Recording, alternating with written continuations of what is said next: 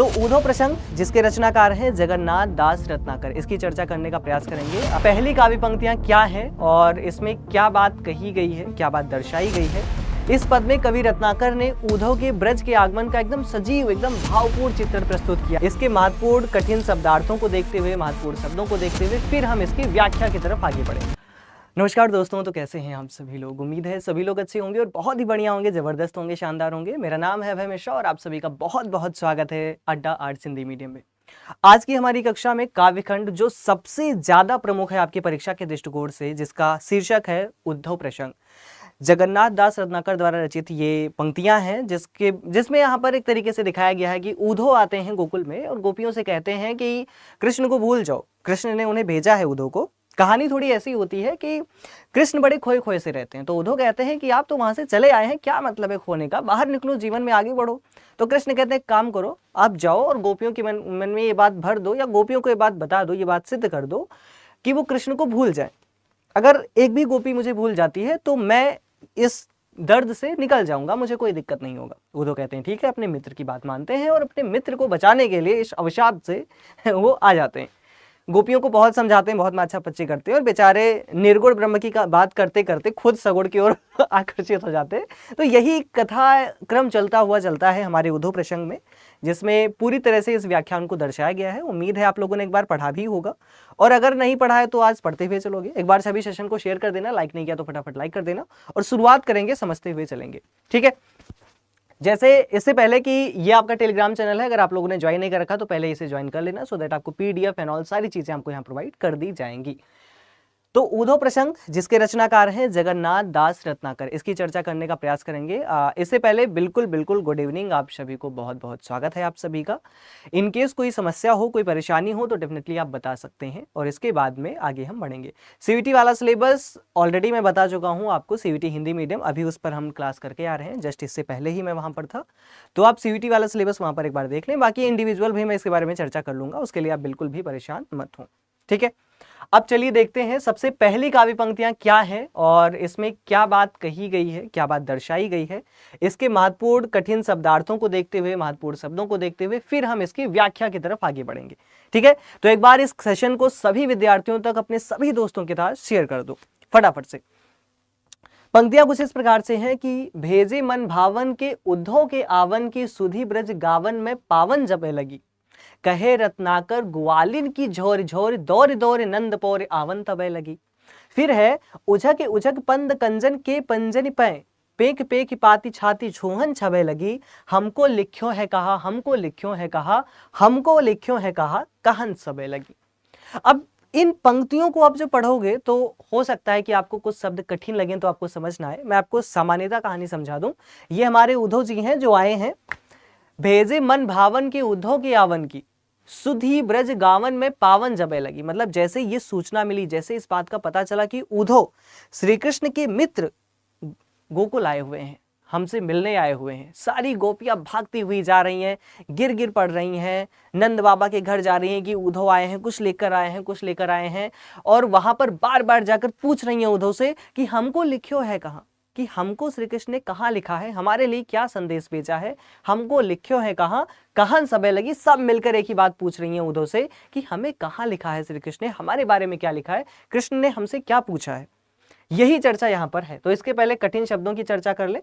जैसे मन भावन का मतलब मन, मतलब आपका हृदय, भावन यानी लुभाने वाला, मन को प्रिय लगने वाला, सुध यानी कि सूचना, इस खबर को सुनकर, ब्रज गावन यानी ब्रज के गांवों की, पावन यानी पहुंचने लगी, ग्वालिन यानी गोपियां, झोर झोर, झोर झोर मतलब होता है समूह बनाकर, ग्रुप बनाकर, चार स्त्रियां वहां पर, चार स्त्रियां वहां पर, चार सब लोग और एक ग्रुप बनाकर आने लगी।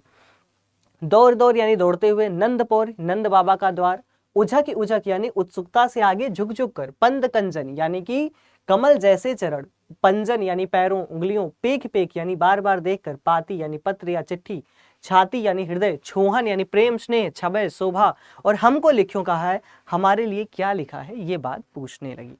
एक बार सभी लोग स्क्रीनशॉट चाहे तो ले लीजिए, सारे जो कठिन शब्द हैं, वैसे पीडीएफ भी आपको प्रोवाइड कर दिया जाएगा, तो उसमें कोई बहुत बड़ी बात नहीं है।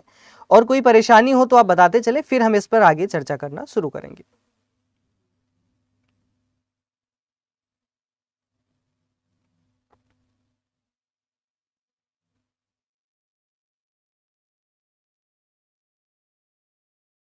बताइए सभी लोग फटाफट, इतनी बात क्लियर है सभी को? हाँ बिल्कुल, दोबारा रिपीट कर देंगे। यहाँ पर आप देखो क्या लिखा गया है, भेजे मन भावन के उद्धव के आवन की, सुधि ब्रज गावन में पावन जबे लगी। कि जैसे ये बात उन्हें पता चला वो दौड़ पड़ी, कहे रत्नाकर ग्वालिन की झोर झोर, ग्वालिन मतलब जो गोपिकाएं हैं उनकी झोर झोर समूह बना बनाकर दौड़ दौड़ नंद पौर आवन जबे लगी। नंद बाबा के आंगन की तरफ, उनके घर की तरफ दौड़ दौड़ कर समूह बना बनाकर भागने लग गई।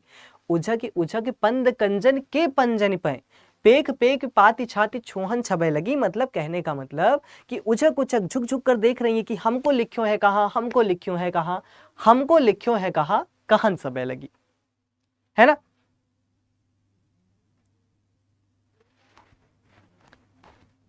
बताएं सभी लोग, क्लियर है इतनी बात सभी को? बताएंगे एक बार फटाफट सभी से।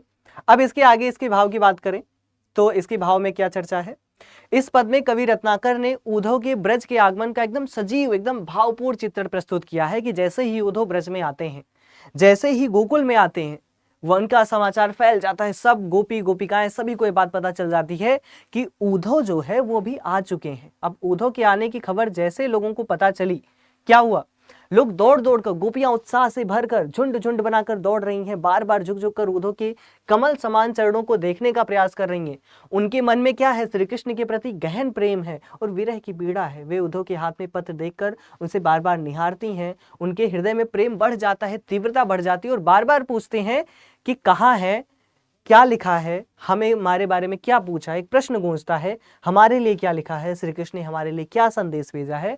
उनकी जो विरह व्यथा है, उनका जो दुख है हृदय का, उसकी उत्कटता तो है, उनकी स्थिति जो है, ये सब देखने को मिलती है। यानी इस प्रकार काव्यांश गोपियों के अनन्य प्रेम, विरह वेदना, उत्सुकता और ब्रज की भावनात्मक चंचलता का मार्मिक चित्र प्रस्तुत करता है। एक बार सभी लोग देख लेंगे और इसमें कोई परेशानी होगी तो आप बताएंगे। बताइए। कैप्सूल अब नहीं आएगा? नहीं प्रिया, कैप्सूल सीरीज एक्चुअल में 2 सीजन हमने कैप्सूल सीरीज का निकाला है, तो मैं 1 जनवरी से कुछ नया सोच रहा हूँ। आप लोग भी कमेंट बॉक्स में बता सकते हैं कि कैप्सूल के नाम जगह कुछ नया नाम, बढ़िया नाम सोचते हैं, वो सीरीज एक चलाई जाए और जो आपके सीवीटी एग्जाम के अंत तक रहे।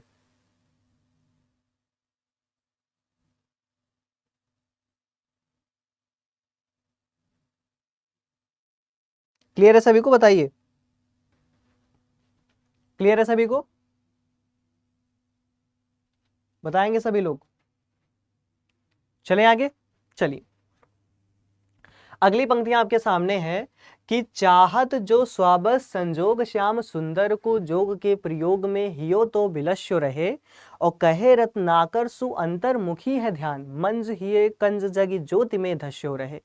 ऐसे करो लीन आत्मा की परमात्मा में, जामे जड़ चेतन बिलास विकस्यो रहे, मोह बस जोहत बिछोह जिए जाक छोई, सो तो सब अंतर निरंतर बस्यो रहे। अब यहां पर पंक्तियां जो गई है, इनके शब्दों को जरा ध्यान से सुनिए, फिर आप इसके कठिन शब्दों के अर्थ को देखेंगे, फिर व्याख्या को देखेंगे, तो आपको बहुत ही आसानी होगी इन चीजों को समझने में। और किसी को किसी भी प्रकार की कोई परेशानी लग रही हो तो एक बार आप बताएंगे। बताइए। और साथ में अगर आप लोगों ने अभी तक सेशन को शेयर नहीं किया है तो फटाफट से कर दीजिए। शोहराब कह रहे क्रिश सीरीज चलाओ। क्रिश का गाना सुनेगा है। क्रिश से निकलो, रील से निकलो, थोड़ा सा पढ़ाई पर ध्यान दो। ठीक, क्या लिखा हुआ है, इसके कठिन शब्दों को जरा देखेंगे। चाहत का मतलब होता है इच्छा। स्वाबस, स्वा मतलब अपना, वश मतलब अपने वश में, अपने नियंत्रण में। फिर संजोग यानी मिलन या फिर संयोग। श्याम सुंदर यानी श्री कृष्ण। जोग यानी कि योग। प्रयोग यानी अभ्यास। हियो यानी हृदय। विलस्यो यानी लीन हो जाना, विलीन हो जाना या फिर रम जाना जिसे कहा जाता है। अंतर्मुखी मतलब अंतर्मुख यानी भीतर की ओर जो उन्मुख होते हैं उनकी बात की गई है। ध्यान यानी मन का एकाग्र होना। मंजू यानी कि सुंदर। ही कंज यानी कि हृदय कमल, ज्योति, दिव्य प्रकाश। धस्यो, धस्यो का मतलब है धंस जाना, प्रविष्ट हो जाना या फिर एंट्री कर जाना, मतलब अंदर तक जाना। ठीक है, इसकी बात कही गई है। लीन यानी एकाकार हो जाना, आत्मा परमात्मा, इसकी बात है। जड़ चेतन यानी निर्जीव सजीव। विलास यानी कि उनकी जो लीला है, उनका जो सौंदर्य है। मोह बस, मोह के वशीभूत। जोहत यानी देखते हुए, प्रतीक्षा करते हुए। बिछोह यानी विरह। जिए मतलब जिया यानी कि हृदय। छोह यानी स्पर्श करना। निरंतर यानी सदा लगातार। और बश्यो यानी कि वास करना। क्लियर है सारे बच्चों को? बताएंगे एक बार फटाफट। ओके ओके, कोई बात नहीं, कोई बात नहीं, आप लेट हो गए, ठीक है। वैसे 1 जनवरी को मैं आपको बता दूं, 1 जनवरी को सीवीटी का हम एक मैराथन करने वाले हैं, तो आप लोग तैयार रहेंगे क्योंकि न्यू ईयर को हम बहुत ही स्पेसिफिक शुरू करना चाहते हैं। और 1 जनवरी के बाद से जो आपकी 2 बजे वाली क्लास है वो डेली होने वाली है, 2 से 3 बजे, तो आप उसके लिए भी पूरा तरीके से तैयार रहेंगे। ठीक है, खंडकाव्य भी पढ़ाया जाएगा, डोंट वरी, उसके लिए परेशान ना हो। ठीक है, चलो तब इसकी व्याख्या को देखेंगे। इसकी व्याख्या क्या कहती है? कवि रत्नाकर इस पद में भक्ति योग और आत्मिक एकत्व की भावना को प्रकट करते हैं। कवि कहते हैं कि यदि मनुष्य श्री कृष्ण से अपने वश में होकर मिलना चाहता है तो उसे योग के अभ्यास द्वारा अपने हृदय को उन्हीं में लीन कर देना चाहिए। कि अगर आप ईश्वर से मिलना चाहते हो तो योग अभ्यास करके अपने हृदय को पूरी तरह समर्पित कर दो, पूरी तरह से श्री कृष्ण में लीन कर दो। जब मन योग के माध्यम से नियंत्रित होकर हृदय में रमता है तो वह स्थिर होता है, शांत होता है, क्षणिक नहीं होता, वो काफी दिन तक रहता है, काफी देर तक रहता है। फिर आगे कहा जा रहा है कि कवि के अनुसार सच्चा ध्यान वही है जो अंतर्मुखी हो, जो आपके अंतरात्मा में हो रहा हो, अर्थात जिसमें साधक का मन बाह्य संसार से हटकर भीतर की ओर केंद्रित होता है। वह बाहर की दुनिया में न जाकर अपने अंदर ईश्वर को महसूस करता है, ढूंढता है, प्राप्त करता है और उस ईश्वर से मिलन की जो चेष्टा है वो संपूर्ण होती है। ऐसे ध्यान में हृदय कमल में दिव्य प्रकाश प्रकट होता है और साधक उसी प्रकाश में डूबा रहता है। आगे कवि आत्मा और परमात्मा के एकत्व की बात कहता है। क्या कहता है? वे कहते हैं कि आत्मा को इस प्रकार परमात्मा में लीन कर देना चाहिए कि जड़ और चेतन संपूर्ण सृष्टि का सौंदर्य और लीला उसी परमात्मा में विकसित दिखाई दे। आपको जड़ में, चेतन में, निर्जीव में, सजीव में, हर कहीं बस एक ही चीज दिखे, ईश्वर दिखे। हर कण में, क्षण क्षण में, कण कण में, रोम रोम में, हर एक जीवन में, या आपके शरीर की प्रत्येक कोशिकाओं में। यही चर्चा यहाँ पर कही गई है। अंत में कवि कहते हैं कि जो व्यक्ति मोह के वशीभूत होकर विरह में प्रिय को देखना चाहता है उसके लिए वह परमात्मा केवल बाहरी नहीं बल्कि सभी के हृदय में निरंतर वास करता है। अर्थात ईश्वर सर्वव्यापी है और सच्चे प्रेम और भक्ति से वह हर हृदय में अनुभव किया जा सकता है। आपके हृदय में, किसी के भी हृदय में आप ईश्वर को महसूस कर सकते हैं क्योंकि वह सभी के हृदय में आने के लिए उत्कंठ रहता है।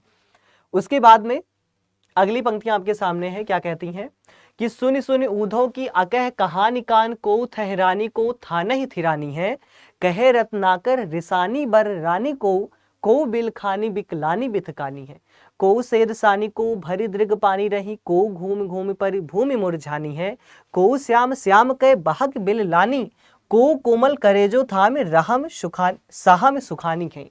मतलब यहाँ ये दर्शाया गया है कि कोई, हर किसी की स्त्री कैसी कैसी, मतलब हर किसी के भाव कैसे हो गए। कोई व्याकुल हो गए हैं, कोई बिलक के रो रहे हैं, कोई गुस्सा हो रहे हैं, रिसानी बरनानी, कोई गुस्सा हो रहे हैं उस पर, कोई खुद रो रहे हैं, किसी की आंखों से अश्रु की धाराएं बह रही हैं। मतलब श्री कृष्ण के वियोग में हर एक गोपियां अलग अलग प्रकार से अपने दुख को प्रकट कर रही हैं। कोई रोकर, कोई चिल्लाकर, कोई प्रेम से, कोई गुस्से में। मतलब हर एक भावनाओं के साथ में कृष्ण के प्रति जो उनका प्रेम है, जो उनकी भावना है, और साथ में उनके प्रति जो उनकी व्याख्याएं हैं, उन सब की चर्चा कही गई है ना, कि कैसे उन सब की ओर वो आगे बढ़ रही हैं। क्लियर है सभी को? बताएंगे एक बार फटाफट। इसमें कोई परेशानी हो तो आप लोग बताएंगे फटाफट, सभी लोग बताइए। ठीक है, अब इसके कठिन शब्दों को एक झलक देखेंगे और साथ में अगर आप लोगों ने अभी तक सेशन को अभी भी शेयर नहीं किया ना तो कर देना, और लाइक नहीं किया तो फटाफट करते हुए चलना, ताकि आपको और भी बेहतरीन तरीके से चीजें समझ में आए। आगे बात करते हैं कठिन शब्द हैं जैसे सुनी सुनी, मतलब सुन सुनकर। ऊधव, ऊधव से कहती हैं अकह कहानी। अकह का मतलब, कह का मतलब कहना, और आ कह यानी जो कहा ना जा सके। ठीक है, कहानी, ना कही जा सकने वाली कहानी, यानी कृष्ण स्मृति से जुड़ी, जो कृष्ण के वियोग से जुड़ा हुआ है। कान यानी कानों में। ठहरानी, ठहरानी का मतलब होता है ठिठक जाना। थना ही थिरानी यानी स्थान पर ही स्थिर हो जाना, जो स्थान है, जो थना ही थिरानी। रिसानी यानी क्रोधित हो जाना। बर रानी यानी कि बड़बड़ाने लगना, जैसे बुदबुदाने लगना। उसके बाद कहते हैं बर रानी। बिल खानी, बिलखना यानी कि फूट फूट कर रोने लगना, ये स्थिति दिखाई गई है। फिर बिकलानी यानी कि बिकल होना, व्याकुल होना। बिथकानी यानी कि घबरा जाना, बहुत ही ज्यादा चिंतित हो जाना। सेदसानी, सेद का मतलब यहाँ पर स्वेद शब्द से लिया गया, और स्वेद का मतलब पसीना होता है, जिसे आप स्वेट कहते हो इंग्लिश में। दृग पानी यानी आंखों से, दृग यानी कि अश्रु की धाराएं बहना। घूम घूम चक्कर खाकर। भूमि परी यानी जमीन पर गिर जाना। मुरझानी यानी मुरझा जाना। श्याम श्याम यानी श्री कृष्ण का नाम बार बार चिल्ला रही हैं। फिर बहकी, बहक मतलब बह जाना, सुध बुध खो जाना एकदम, भूल जाना कि कहाँ है, किस स्थिति में है। बिललानी यानी बिलाप करना, कोमल करेजो यानी कोमल हृदय, थाम यानी पकड़ कर, सहम यानी सहम जाना, डर जाना, सुखानी यानी सूख जाना यानी हृदय का संकुचित हो जाना। ये आपके कठिन शब्द यहाँ पर दिए गए हैं। शब्दों के जरिए आप देख सकते हैं कि कैसे हर एक गोपी की स्थिति जो है वो अलग अलग होती है। कोई दुखी हो रही है, कोई रो रही है, कोई चिल्ला रही है, कोई बेहोश हो रही है, कोई मूर्छित हो रही है, कोई सहम जा रही है। मतलब अलग अलग स्थितियां यहाँ पर दिखाई गई हैं। यहाँ पर देखने का थोड़ा प्रयास करेंगे तो कवि रत्नाकर इस पद में उद्धव द्वारा कही गई श्री कृष्ण की विरह कथा को सुनाकर गोपियों की विविध मानसिक और भावनात्मक जो अवस्था है उसका चित्रण करते हैं। उद्धव की बातें गोपियों के कानों में पड़ते ही उनके हृदय में छुपा हुआ विरह और जो प्रेम है उमड़ जाता है। क्योंकि उद्धव यहाँ पर यह बताने नहीं आया था कि श्री कृष्ण आपको याद करते हैं। उद्धव ये बताने आया था कि आपको निर्गुण परब्रह्म परमेश्वर की उपासना करनी चाहिए, आपको सगुण की बात नहीं करनी चाहिए। आप कृष्ण के वियोग से दूर हो जाओ, कृष्ण नहीं आएंगे वापस, कृष्ण नहीं होंगे, आप ईश्वर में मन लगाओ, निर्गुण परब्रह्म परमेश्वर में मन लगाओ। तो गोपियां कहती नहीं, हमारे जो प्रिय हैं वो सगुण है, वो मेरे कृष्ण है और कोई भी नहीं है। यही पूरी उलाहना चलती है। और जब वो गोपियों से ऐसी बातें करता है उद्धव तो गोपियां दुखी होती हैं। उनकी अलग अलग अवस्थाएं हैं जिसकी चर्चा यहाँ पर की गई है। उनकी विरह, उनकी वेदना की बात की गई है।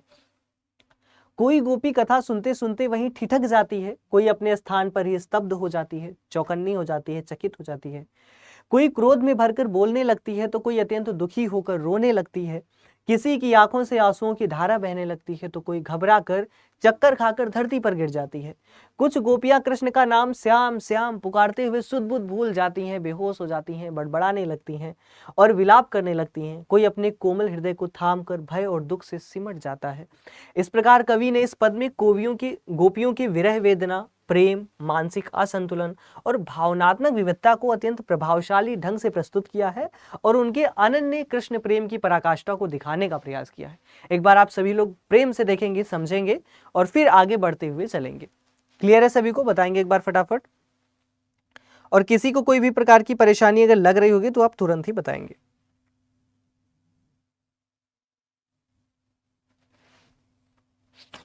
बताइए सभी लोग फटाफट।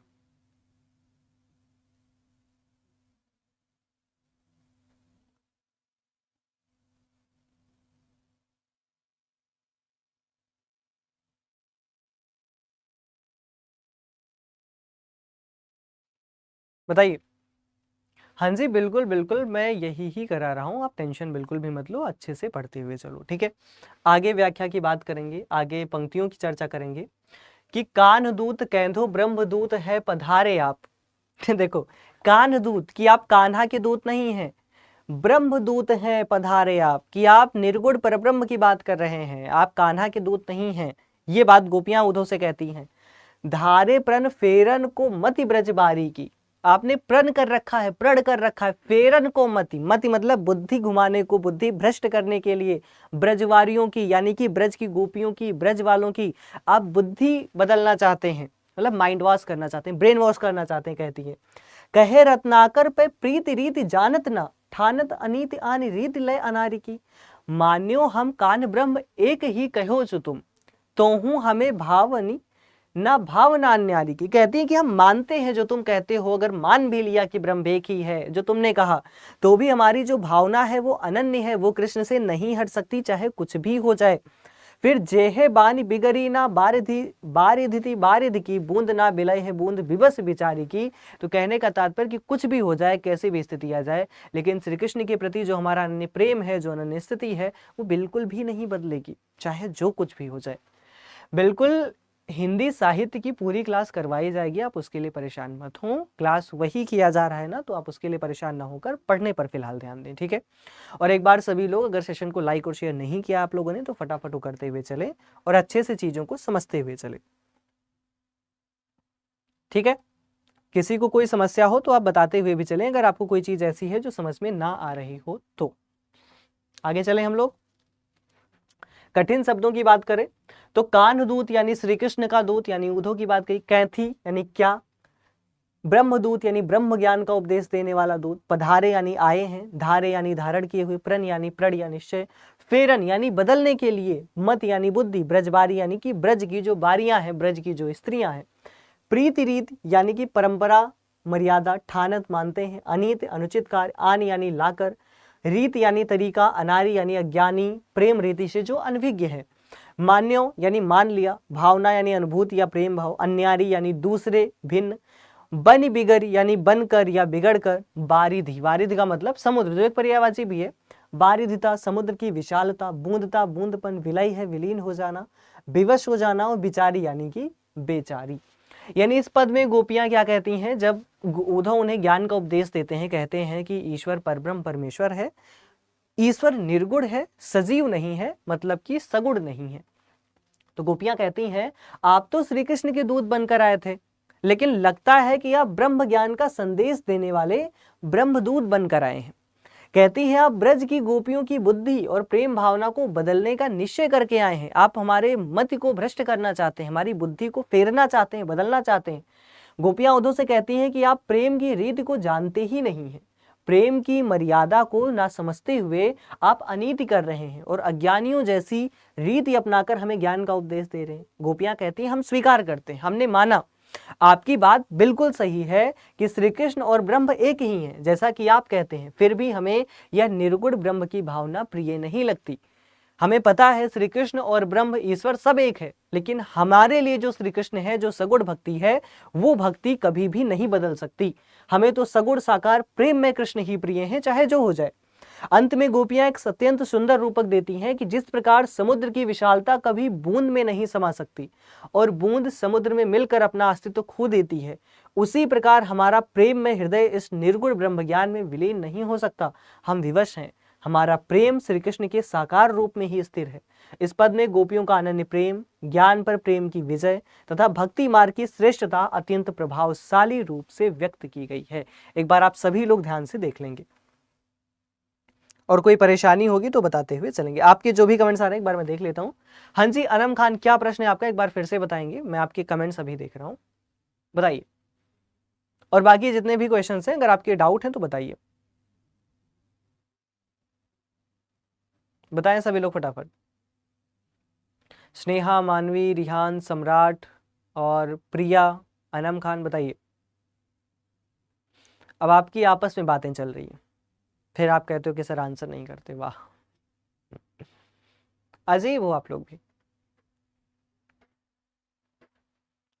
एक्स स्मार्ट गेमिंग, बस एक ही बात कॉपी पेस्ट किए जा रहे हो भाई, मैंने आपको बोला ना कि कराऊंगा मैं, सिलेबस कंप्लीट होगा, डोंट वरी। क्लास डेली लीजिए, उतना समय नहीं है इसलिए अल्टरनेट किया जा रहा है। सीवीटी वाली क्लास डेली जाएगी, उसके लिए आप परेशान मत हो, ठीक है। ओके ठीक है, चलिए आगे बढ़े हम ना। ठीक है, अगली पंक्तियां आपके सामने हैं कि चिंता मन मंजुल पावर धूर धारण में कांच मन मुकुर सुधारी रखबो कहो, कहे रत्नाकर वियोग आगि सारन को ऊधो हाय हमको बयार भखिबो कहो। और कहती है रूप रस हीन जाहि निपट निरूप चूकी, ताकू रूप ध्याइबो और रस चखबो कहो, और एते बड़े विश्व माही हेरे हु न पे जाहि, ताहि त्रिकुटी में नैन मूंद लखिबो कहो। अब यहां पर इसके कठिन शब्दों को देखते हैं, फिर इसकी व्याख्या को देखेंगे। शब्द कहता है चिंतामणि, यानी चिंता रूपी जो मणि है, यानी कि मन को दुख करने वाला जो विचार है, जिस विचार के कारण हमारा मन हमेशा दुख और त्रासदी में बीतता है, वो विचार की बात की गई है। मंजुल यानी कि सुंदर, अब यहाँ पर मंजुलिका नहीं लिखा है, भूतनी की बात नहीं है, मंजुल शब्द लिखा हुआ है। फिर पवार यानी आभूषण, धूर धारित यानी धूल धूसरित होने की स्थिति, कांच मन यानी कि कांच के समान नाजुक, मुकुर यानी दर्पण, सुधार यानी ठीक करके, और रखिबो यानी कि सुरक्षित रखना। वियोग आग यानी विरह की अग्नि, सारन यानी जलाने वाली, ऊधो हे ऊधो, बयार यानी कि हवा, भकिबो यानी निगल जाना, रूप रसहीन यानी सौंदर्य और प्रेम रस से रहित, निपट यानी पूर्णतः, निरूप चुके यानी वर्णन करके थक जाना, ध्याइबो यानी ध्यान करना, चखिबो यानी अनुभव करना, एते बड़े विश्व यानी इतना बड़ा संसार, हेरे हूं ना पाए यानी खोजने पर भी ना मिलना, त्रिकुटी यानी भौहों के बीच का स्थान, नैन मूंद आंखें बंद करना, और लखिबो यानी कि देखना। अब यहां पर जरा गौर से समझते हुए चलेंगे, व्याख्या क्या कहता है। इस पद में गोपियों द्वारा ऊधो के उपदेश पर तीखा व्यंग किया गया है। गोपियां कहती हैं कि हमारा मन कांच के समान अत्यंत कोमल है, बहुत ही नाजुक है, उस पर जो चिंता रूपी भारी आभूषण है उसे सजाने और उसे धूल में डालने की बात कर रहे हैं। यह कैसे संभव है? अर्थात ज्ञान की कठोर बातें हमारे प्रेम भरे हृदय को पीड़ा पहुंचाएगा, दुख पहुंचाएगा, इसको सही नहीं किया जा सकता। वो कहती हैं, हे उद्धव, हमारा हृदय पहले से ही विरह की अग्नि में है, हम पहले ही दुखी हैं, व्याकुल हैं, अपने कृष्ण के विरह में, अपने कृष्ण से दूरी की वजह से दुख में, विरह की अग्नि में दिन प्रतिदिन हर क्षण जल रहे हैं। और इसके बाद भी और आप कहते हैं कि हम उसे हवा से बुझाएं, पर हवा तो आपको भड़का देगी। हवा से आग को बुझाया नहीं जा सकता, क्योंकि उससे हवा से आग और तेज होगी और ज्यादा अग्रसित होती जाएगी, उसे निगल जाती है। अर्थात आपका ज्ञान उपदेश हमारे दुख को कम नहीं कर रहा, बल्कि और बढ़ा रहा है। फिर कहती हैं कि जिस निर्गुण ब्रह्म को रूप और रस से रहित बताकर दार्शनिक लोग पूरी तरह वर्णित कर चुके हैं, उस निराकार तत्व का हम ध्यान कैसे करें और उसके रस का अनुभव कैसे करें? हमारे लिए तो प्रेम और सौंदर्य के बिना कोई अनुभूति संभव ही नहीं है। मतलब यहाँ पर रचनाकार निर्गुण और सगुण के बीच एक द्वंद्व को दर्शा रहा है कि सगुण वाले क्या कहते हैं कि हमारे लिए जो प्रेम है उस एक सेकेंड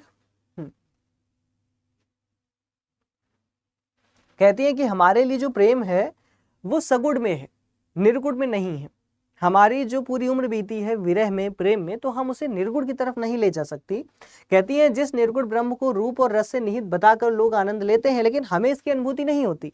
अंत में गोपियां क्या कहती हैं कि जिस परम तत्व को इतना बड़ा संसार खोजने पर भी नहीं पा सकता, उसे आप हमसे यह अपेक्षित करते हैं कि हम आंखें बंद करके त्रिकुटी में देखें, यानी अपने यहाँ पर देखें और वहां पर हमें दिख जाए। ये हमारे बस की बात तो नहीं है। इस प्रकार पद ज्ञान मार्ग के स्थान पर प्रेम मार्ग की श्रेष्ठता की बात करता है, कि जहां पर ईश्वर के सगुण रूप की बात की जाती है। ठीक है, चलिए आगे बात करते हैं कि आए हो सिखावन को जोग मथुरा तेतों पे। यहां पर गौर से देखोगे, फिर हम आगे समझने का प्रयास करते चलेंगे।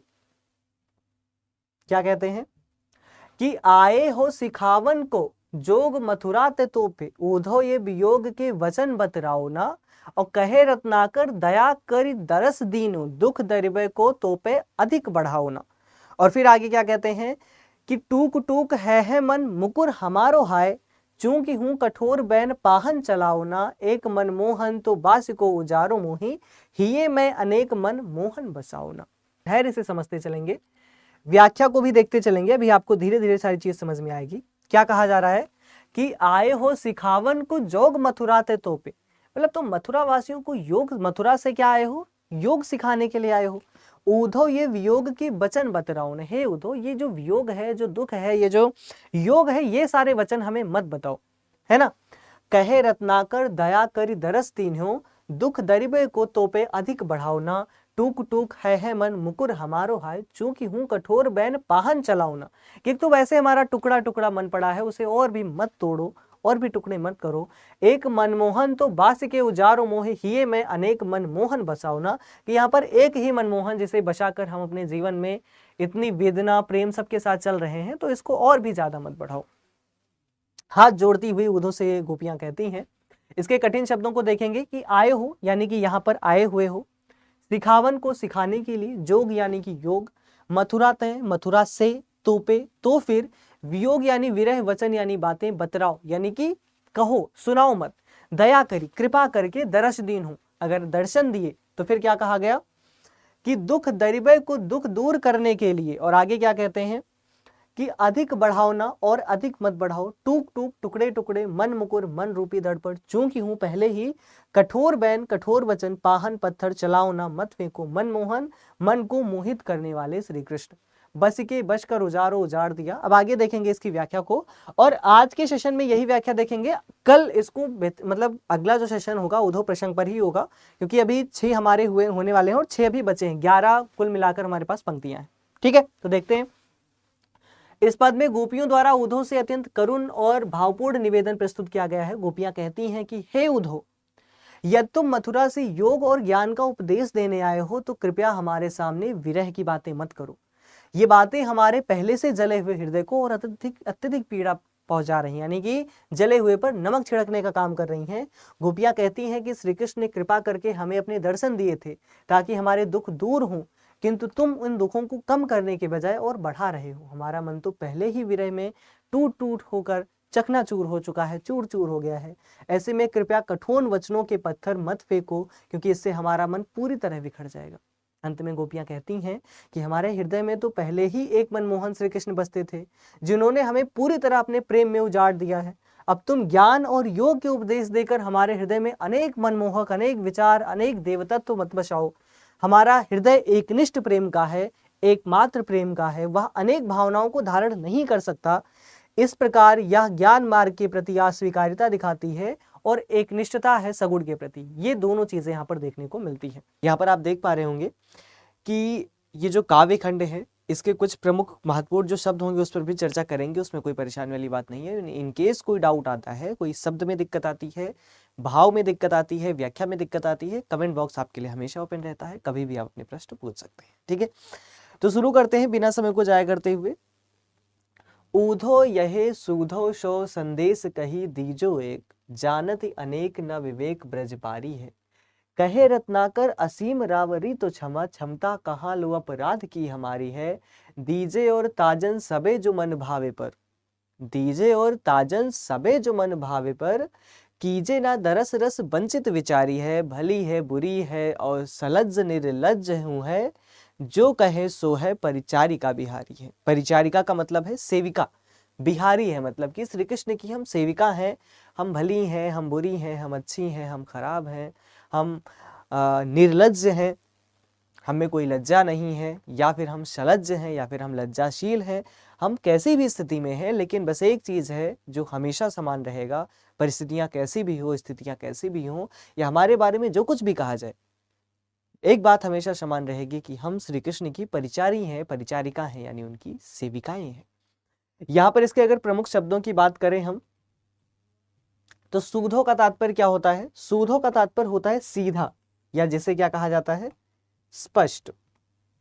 यहाँ पर महत्वपूर्ण शब्दों की बात कर लेते हैं, तो सीधा या फिर स्पष्ट कहा जा रहा है। उसके बाद में क्या कहा जाता है? कह दीजो, यानी कह दो, कह दीजिए।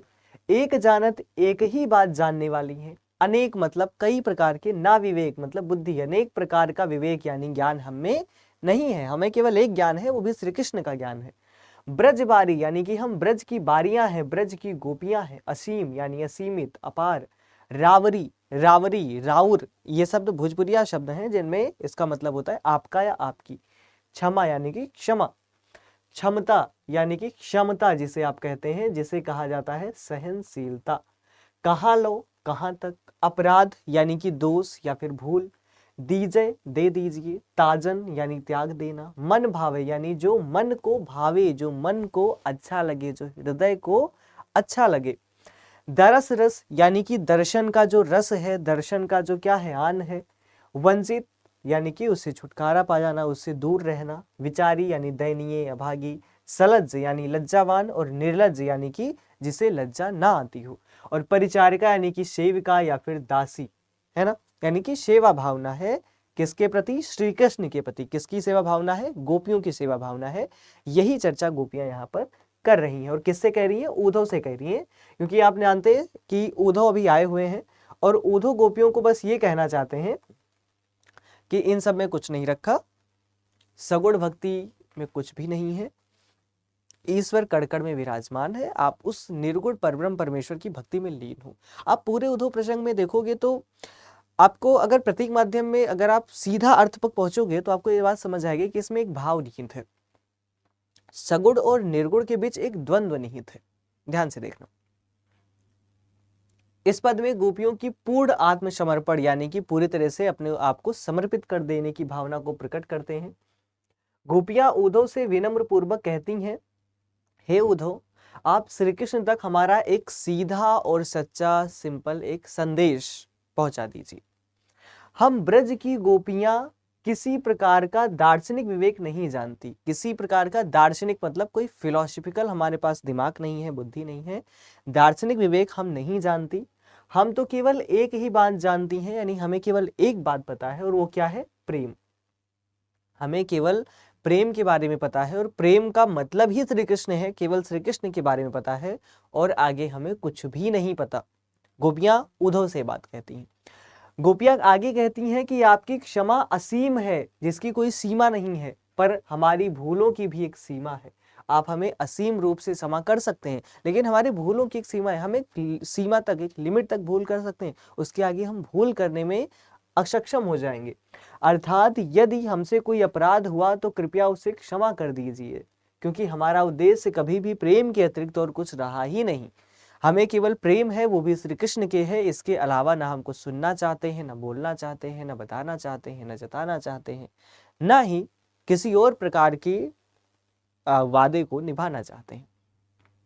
वे आगे कहती हैं, यदि श्री कृष्ण को जो कुछ भी मन को भाए वह सब त्याग देना हो तो त्याग दें। अगर श्री कृष्ण को, उन्हें जो भी मन में अच्छा लगता है, हमें त्यागना चाहते त्याग दें, पर हमें अपने दर्शन और प्रेम रस से वंचित ना करें। पर श्री कृष्ण से कहिए कि हमें उनके दर्शन करने को मिले। ऐसा ना हो कि हम उनके दर्शन पाने के लिए लालायित रहें और हम उससे वंचित रह जाएं, वो हमें ना मिले और उनका प्रेम रस हमें ना मिले। दर्शन रस के बिना हमारा जीवन व्यर्थ हो जाएगा। उन्हें बिना देखे हमारी आंखें अश्रु की धाराएं बहेंगी और इस प्रकार से हमारा जीवन एक प्रकार से व्यर्थ जीवन होगा, जिसमें कोई रस नहीं बचेगा।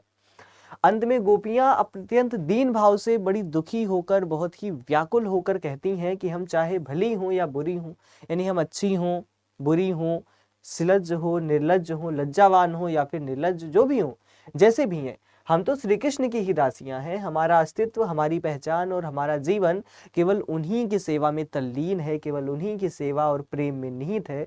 यानी अगर पूरे पद में देखें तो यहाँ पर गोपियों का संपूर्ण समर्पण देखा जा रहा है। अनन्य भक्ति है, उनकी व्याकुलता है, उनका दुख है, उनकी दीनता है और उनकी भक्ति और प्रेम की पराकाष्ठा यहाँ पर आपको देखने को मिलती है। तो इस प्रकार से काव्य पंक्तियां इस प्रकार से हैं। उम्मीद है कि कठिन शब्द, शब्दार्थ और व्याख्या आपको बेहतरीन तरीके से समझ में आ गई होगी। अब अगली पंक्तियों की तरफ आगे बढ़ते हैं बिना समय को जाया करते हुए, कि क्या कहती हैं कि धाई जित तित तय विदाई हेत ऊधो की घोपी भरी आरती संभारित न सांसुरी, कहे रत्नाकर मयूर पक्ष को लिए को गुंज अंजलि, उमाहे प्रेम आशुरी। और भाव भरी को लिए रुचिर सजाव दही, कौ मही दह मंजुदाबी दलकत पांसुरी, पीतपट नंद जशमत नवनीत नई, कीरत कुमारी शुर बारी बदई बाशुरी। यानी कहने का मतलब यहाँ पर क्या है, यहाँ पर कह रहे हैं धाई जित तित तय, यानी तुम्हारा विदाई है तो उद्धव की गोपी भरी आरती संभारत न सांसुरी, कि जब उद्धव की विदाई हो रही है तो यहाँ पर देखो गोपियां कोई मक्खन लेकर आ रही हैं, कोई मयूर का पंख लेकर आ रही हैं, क्यों कोई कुछ लेकर आ रही है, मतलब श्री कृष्ण को देने के लिए कुछ ना कुछ गोपियां लाने का प्रयास कर रही हैं। और यही यहाँ पर चर्चा करी गई है, यही यहाँ पर दर्शाया जा रहा है, यहाँ पर दिखाया जा रहा है। अब इसके एक बार पहले कठिन शब्दों की ओर चर्चा कर लें, कठिन शब्द को समझ लें तो आपके लिए आसानी हो जाएगी। कठिन शब्द में क्या आएगा आपके सामने, देखेंगे कि धाई यानी कि दौड़ पड़ी, जित तित तय जहां जहां से, विदाई हेत यानी विदाई के लिए, और ऊधव यानी उद्धव, गोपी यानी ब्रज की गोपियां, भरी यानी भरकर, आरत यानी आरती, संभारती यानी संभालते हुए, ना सांसुरी यानी सांस लेने का होश नहीं, सांसुरी मतलब उन्हें सांस लेने तक की होश नहीं, सांस लेने की भी फुर्सत नहीं, मयूर पक्ष यानी कि मोर का पंख, गुंज अंजलि यानी गुंज पुष्पों की अंजलि, उमाहे यानी उमड़ पड़ना, प्रेम आंसुरी प्रेम के आंसू, भाव भरी यानी भावनाओं से भरी हुई, रुचिर यानी सुंदर, सजाव यानी साज सज्जा, दही, मही का मतलब होता है पृथ्वी, मही क्या है, पृथ्वी की एक पर्यायवाची है, मंजू यानी कोमल या सुंदर, दावी यानी दबाकर, दलक यानी चमकती हुई, पांसुरी यानी बांसुरी, और पीतपट पीले वस्त्र, नंद जशमत यानी नंद और यशोदा, नवनीत यानी कि मक्खन, नयो यानी नया, कीर्ति कुमारी यानी यश की देवी यानी कि कीर्ति, सुरबारी यानी देवताओं की स्त्री यानी कामधेनु सदृश, दई यानी दी, और बांसुरी यानी कि कृष्ण की मुरली। अब इसकी व्याख्या की तरफ चलेंगे। एक बार आप चाहो तो स्क्रीनशॉट ले लो, मैं सामने से हट जाता हूं ताकि आपको प्रॉपर तरीके से दिखाई दे, और किसी प्रकार की कोई परेशानी हो तो आप बताओ, ठीक है। चलो अब इसकी व्याख्या की बात करते हैं कि इस पद में उद्धव की विदाई के समय गोपियों के प्रेम और भक्ति से भरे व्यवहार का अत्यंत भावपूर्ण चित्रण है। मतलब अब उद्धव अपनी बात बता रहे हैं, निर्गुण भक्ति के बारे में बता रहे हैं, लेकिन गोपियां मानने को तैयार नहीं है। वो कहते हैं यार मेरा जो प्रेम है, मेरी जो भावना है, जो मेरे श्री कृष्ण है, मेरे लिए सब कुछ है और बस वही है, और मुझे कुछ ना सुनना है, न जानना है, न बताना है, जताना है, कुछ भी नहीं। लेकिन अब अंत में उद्धव हार रहे हैं और वो जा रहे हैं, तो गोपियां क्या करती हैं, भक्ति से भरे व्यवहार का अत्यंत भावपूर्ण चित्रण करते हैं। जैसे ही गोपियों को यह ज्ञात होता है या पता चलता है कि उद्धव अब विदा लेने वाले हैं यानी जाने वाले हैं, वे जहां तहां से दौड़कर उनके पास पहुंच जाती हैं। मतलब कहीं से जो गोपियां बच गई थी वो भी दौड़ दौड़ कर आ जाती हैं। वो इतने भाव विभोर हो जाती हैं, इतनी व्याकुल हो जाती हैं, इतनी दुखी हो जाती हैं कि सांस लेने तक का होश नहीं रहता, और आरती की थाली संभालती हुई उद्धव के स्वागत एवं विदाई की तैयारियां करती हैं। मतलब उद्धव जाने वाले हैं तो उनकी विदाई की तैयारियां करती हैं कि उद्धव जा रहे हैं। और विदाई के जो भी हमारे संस्कृति में जो तरीके हैं वो कहीं ना कहीं उन तरीकों के बारे में, थाली सजाना, उनका इस तरीके से एक आरती करना, हर एक चीज गोपियां करती हैं। कोई गोपी मोरपंख लेकर आती है जो श्री कृष्ण अक्सर लगाया करते हैं अपने मुकुट में, कोई गुंजा के फूलों की अंजलि भर लाती है, प्रेम के आंसू उमड़ उमड़ कर उनकी आंखों से बहने लगते हैं, कोई भावनाओं से भरी हुई सुंदर ढंग से दही सजा कर लाती है, कोई दही लाती है, कोई मक्खन लाती है, कोई धरती पर कोमलता से बांसुरी दबाए खड़े हुई है यानी श्री कृष्ण के लिए बांसुरी लाई है।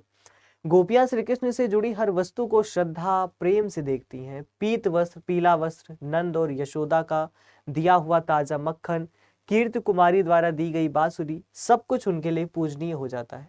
इस पद में गोपियों का अनन्य प्रेम, भक्ति की पराकाष्ठा तथा उद्धव के प्रति आदर अत्यंत मार्मिक रूप में व्यक्त हुआ है। यह दृश्य बताता है कि गोपियों के लिए श्री कृष्ण से संबंधित प्रत्येक वस्तु साक्षात श्री कृष्ण का ही रूप है। मतलब हर एक वस्तु में उनका मानना है कि श्री कृष्ण विद्यमान है ना। चलिए अगली पंक्तियों पर चलते हैं। प्रेम मद छाके पग परत कहाँ के कहाँ थाके अंग नयनन शिथिलता सुहाई है, कहे रत्नाकर यो आवत चकात उधो मानो शुद्धियात को भाव ना भुलाई है, धारत धरा पैना उदार अति आदर्शी सारत बहोलिन जो आंसू अधिकाई है, एक कर राजे नवनीत जशुदा को दिए, एक कर बंसी बर राधिका पठाई है। अब यहाँ पर एक बार इन पंक्तियों को ध्यान से पढ़ लीजिए, फिर इसकी व्याख्या की तरफ, व्याख्यात्मक दृष्टिकोण की तरफ हम धीरे धीरे चलने का प्रयास करेंगे, और कहीं कोई परेशानी होगी तो आप बताते हुए भी चलेंगे, ठीक है। चलिए अब प्रमुख शब्दों की बात कर लें। यहाँ पर प्रेम मद छाके, इसका मतलब क्या है, यानी कि प्रेम के मद में, प्रेम के नशे में, छाके मतलब पूरी तरह से डूब जाना या चूर चूर हो जाना। पग परत कहाँ के कहाँ यानी कदम कहीं और पड़ जाना, संतुलन न रहना। थाके अंग यानी थके हुए अंग, नैनानी आंखों में, शिथिलता यानी शिथिलता या ढीलापन, सुहाई है यानी शोभा देती है, चकात यानी चकित होना, आश्चर्यचकित होना, मानो, सुधियात यानी होश में आना, कुछ कुछ याद आना, भावना भुलाई है भावनाओं को भूल जाना, धारत धरा पे यानी धरती पर रखना, उदार खुले फैले हुए, आदर्शों अत्यंत सम्मान के साथ, सारथ यानी पहुंचते हुए, बहोलिनी आंचल, अधिकाई यानी अधिकता, राजय शोभित होता है, नवनीत यानी कि मक्खन, जशोदा यशोदा, बांस बांसुरी, वर श्रेष्ठ राधिका राधा, और पठाई है यानी कि पठाई गई है यानी कि भेजी हुई है। एक बार आप क्रॉस चेक कर लें, यानी कि एक बार फटाफट से स्क्रीनशॉट ले लें। अब इसकी व्याख्या की तरफ चलेंगे।